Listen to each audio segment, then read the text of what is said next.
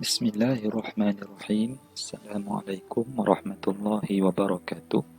Baik, jadi pada hari ini kita teruskan lagi pelajaran kita Pendidikan Islam untuk tahun 6. Halaman buku teks kita sila buka muka surat 71 dan 72. Baik, kalau kita lihat di sini, apa yang ingin kita ceritakan ialah dalil yang menunjukkan Allah itu bersifat sama, iaitu sifat maha mendengar. Baik, ada dua jenis dalil. Pertama di sini dalil naqli. Apa itu dalil naqli? Iaitu bukti daripada ayat Al-Quran ataupun hadis Rasulullah sallallahu alaihi wasallam yang menunjukkan dia itu memang mendengar. Apakah ia dalilnya? Ya, iaitu qala Allah Ta'ala, ayat Al-Quran ya ini. A'udzu billahi minasyaitonir rajim. Wallahu sami'un alim. Di manakah yang menyebut sifat mendengar? Kan kita belajar tajuknya sama'. Jadi mana? Ini kah ini? Sudah tentu jawapannya sami'. Sami'un. Apa maksudnya?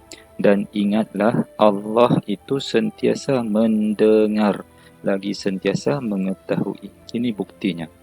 Baik, kemudian dalil akli pula, iaitu dalil yang kita dapati menerusi fikir logik akal. Iaitu apa dia? Allah memiliki segala sifat kesempurnaan dan kemuliaan. Oleh itu mustahil, maknanya impossible. Tidak mungkin bagi Allah itu bersifat kekurangan. Seperti apa sifat kurang itu? Tidak boleh mendengar. Jadi kalau kita pun manusia, yang mana kalau tidak boleh mendengar itu kita anggap sebagai orang kurang upaya kan. Tapi Allah tidak mungkinlah dia bersifat kurang upaya. Dia maha sempurna, jadi dia pasti mendengar. Baik, kita lihat muka surat 72. Baik, 72 ini adalah kesan. Kesan-kesan apabila kita meyakini Allah itu memang mendengar. Yang pertama, bila orang itu percaya yang bahawa Allah itu memang mendengar segala-galanya, dia pasti akan menjaga pertuturan dan bisikan hatinya. Maksudnya, dia akan jaga kata-kata, tidak menghina orang, tidak maki-maki orang, tidak mencela orang, tidak mencarut, kan? Jadi, dia sudah tentu dia akan jaga. Dia hanya ucapkan yang baik-baik saja, bilang yang bagus-bagus saja. Bahkan juga dalam hati pun dia tidak ada niat yang buruk pada orang. Yang kedua, kesannya juga sentiasa berdoa, memohon pertolongan Allah.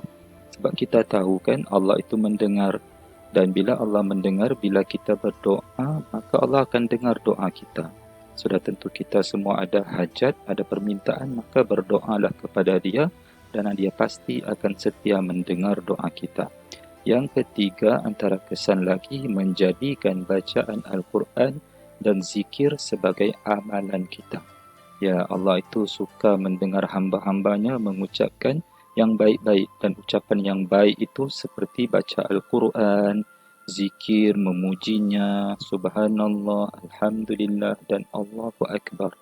Baik, yang keempat, kita akan menjauhi maksiat lidah. Apa itu maksiat lidah? Maknanya, apa-apa perbuatan yang berkaitan dengan lidah, contohnya apa? Seperti mengeluarkan perkataan yang kotor, ya, macam mencarut tadi kan, dan juga kesat, ucapan-ucapan yang tidak baik serta mengumpat.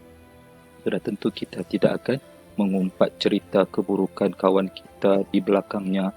Kerana apa? Sebab Allah dengar apa yang kita ucapkan. Yang keempat, yang kelima, hidup kita akan diberkati Allah.